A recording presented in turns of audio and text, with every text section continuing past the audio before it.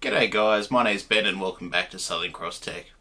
As you might be able to tell from the title of this video, this is a story about why I bought a HP X360, this one right here, and why I'm selling it. So let's jump in and I'll tell you the story.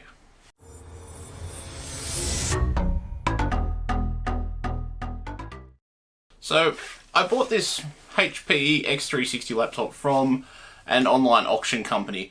It was a brand new inbox sealed from HP device, and I did get it at a really good deal. That's one reason why I bought this. I think they currently retail in Australia for about $6.99 this model, and I got it for $350 plus buyer's premium plus shipping, so it worked out about $380 Australian. The reason why I bought the HP X360 was to replace this. This is my Samsung Note Pro. It's the Android model, it's not the Windows model, so I did buy this in May of 2014, so it is now a 3-year-old tablet, and it's great. I love it for multitasking, sitting on the lounge, watching YouTube, all those light sort of things. I don't do any serious work on it, maybe a couple of emails, but that's about it. And I love having a tablet. I know some people don't like them. I find them great for on the go, when you're traveling, chuck in your bag, you can watch a couple of videos, read a book, do all those sorts of things. The problem with this is that it is now 3 years old. The battery is dying really quickly, and it's not really a serviceable device, and it's not probably worthwhile replacing the battery in it. So I have been on the lookout for a new tablet.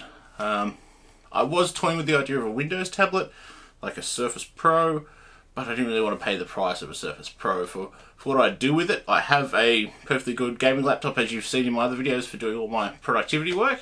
I don't really need a laptop, I needed more of a tablet. So when I was scrolling through the auction site, this popped up. And it is one of these convertible 2-in-1, fold it back, it turns into a tablet. And I thought, great, if I can win it at the right price, I will go for it and I'll see what it's like. So I got the winning bid, paid for it, got it shipped here, opened up, and the first thing I noticed is it's not really a thin and light. That width to that width, there's a big difference there. If it was one of the detachable ones, that'd be fine, because the screen itself is actually reasonably thin. It's about the size that I wanted. First thing I really don't like about this is it's the white model.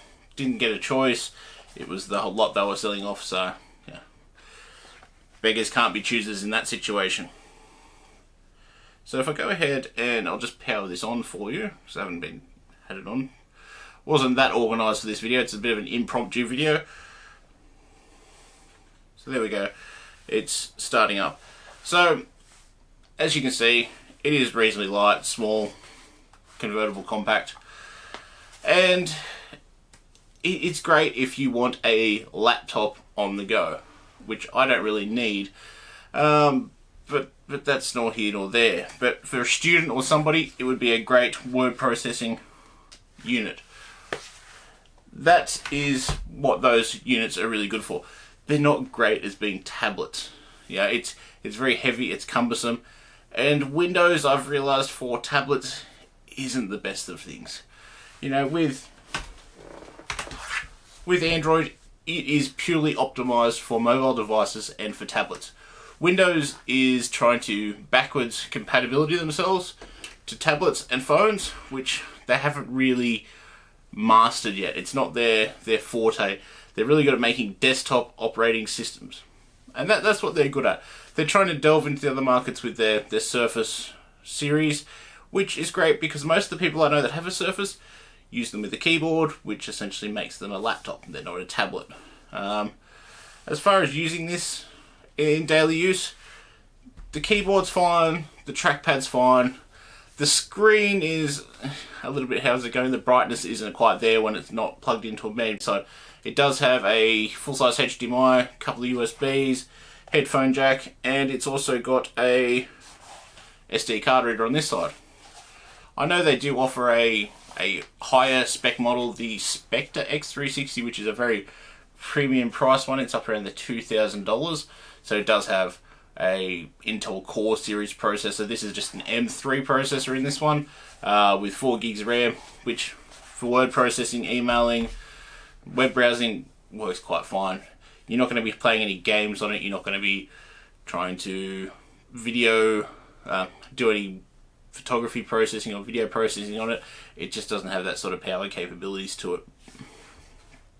So look, if you are in the market for a small laptop that you can take to work, to uni, to school, chuck it in your bag, it's a great device for that.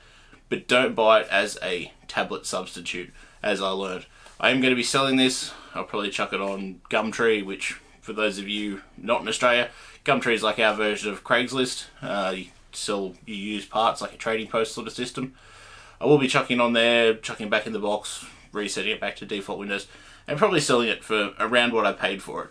That was the other reason I bought it. I looked at what the used price was for one of these, and they're slightly higher used than what I wanted at the auction for. So with shipping and premiums, I will come out about level pegging with it.